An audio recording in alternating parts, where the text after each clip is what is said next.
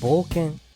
日常とはかけ離れた状況の中で目的のために危険に満ちた体験の中に身を置くことである。それは時折絶景を見るために必要な過程となっていく。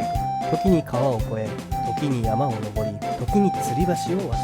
その先で求めていた絶景に出会えた時、その感動は最高の思い出へと変わる。そんな冒険に女の子を連れて行くのはいかがなものか。最初はそうも考えたが、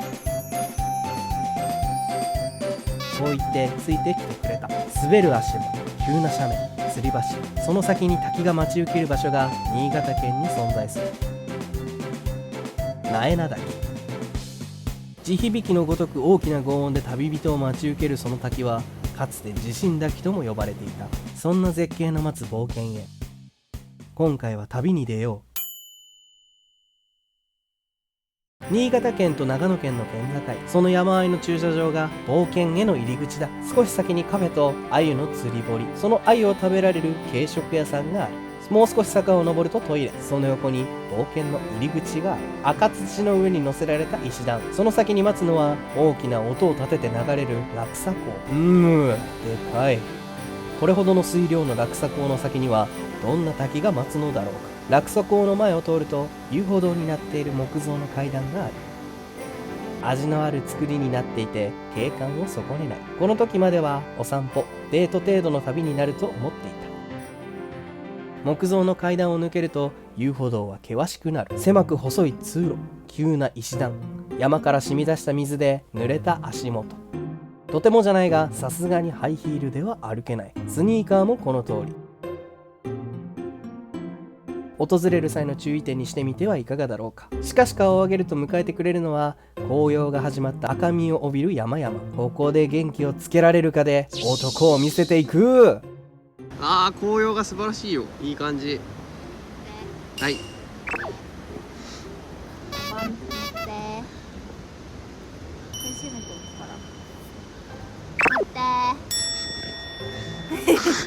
なんやかんやで山道を歩くと遠くから轟音が聞こえる。吊り橋とその向こうに激しく流れる苗名滝だ。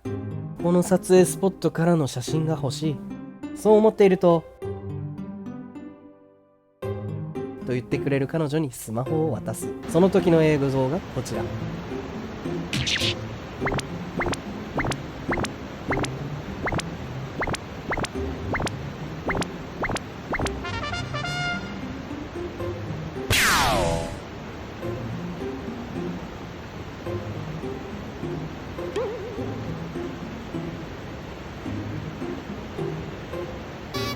この映像の後、迎えに行くのに道を戻っていたら、ジュリが駆け寄ってきてくれていた。絶景までもう少し。この吊り橋を渡ると滝の足元に降りられる広場に出る。広場から見る滝は空の青、山の緑、そして流れ落ちる滝の白。素晴らしい配色とコントラストで訪れた人を迎え入れる。流れる川の美しさも相まってここまでの冒険を忘れさせてくれる。たどり着いた先にある絶景はいつでもあなたを待っている。広場から吊り橋を戻るとさらに上の位置から人が降りてきた。その先にはどんな景色が待っているのか気になるのが旅人のサム。しかし今は一人でいるわけではない。しかも連れているのは女の子だ。行きたいなーって顔で彼女を見る。そう言ってついてきてくれる自分。こういう女がいい女って言うんやで。上に続く道はさらに険しかった。急になる斜面、倒れた倒木。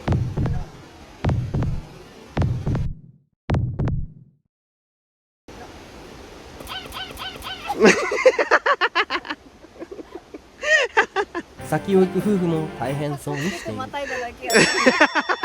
そしてたどり着いた広場よりも少し高い場所の滝見スポット。そこで見た苗名滝は、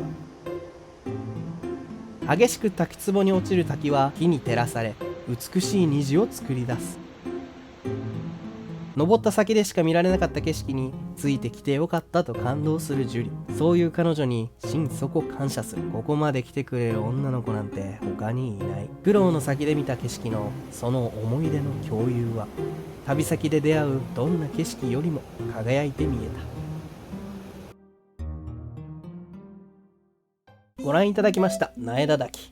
かつて地震滝と呼ばれたその滝の轟かせる轟音は、圧倒的水量が絶えることのない流れを作ることで奏でられる自然の旋律でした。なんかのろけ会みたいになったので、ちょっとこっぱずかしい動画となりましたが、僕の旅の動画、そして記録ってことでこのまま残すことにしました。楽しかった。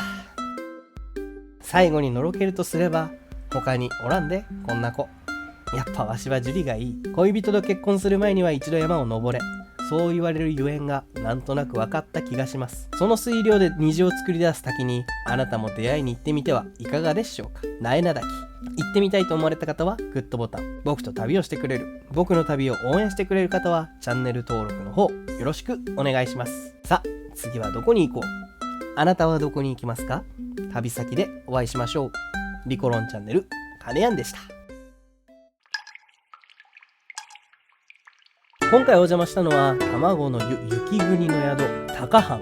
老舗の高級旅館のような装いのその旅館は、天然の源泉をそのままお湯に使う大浴場を持つ旅館でした。43度と適温で湧き出す温泉は肌触りが良く、お風呂上がりにはさっぱりとしたお肌と出会えます。山の稜線を眺めながら入る露天風呂もあり、最高の景色を眺めながら温泉に浸かることができます。まあ露天風呂女湯限定なんですけどね。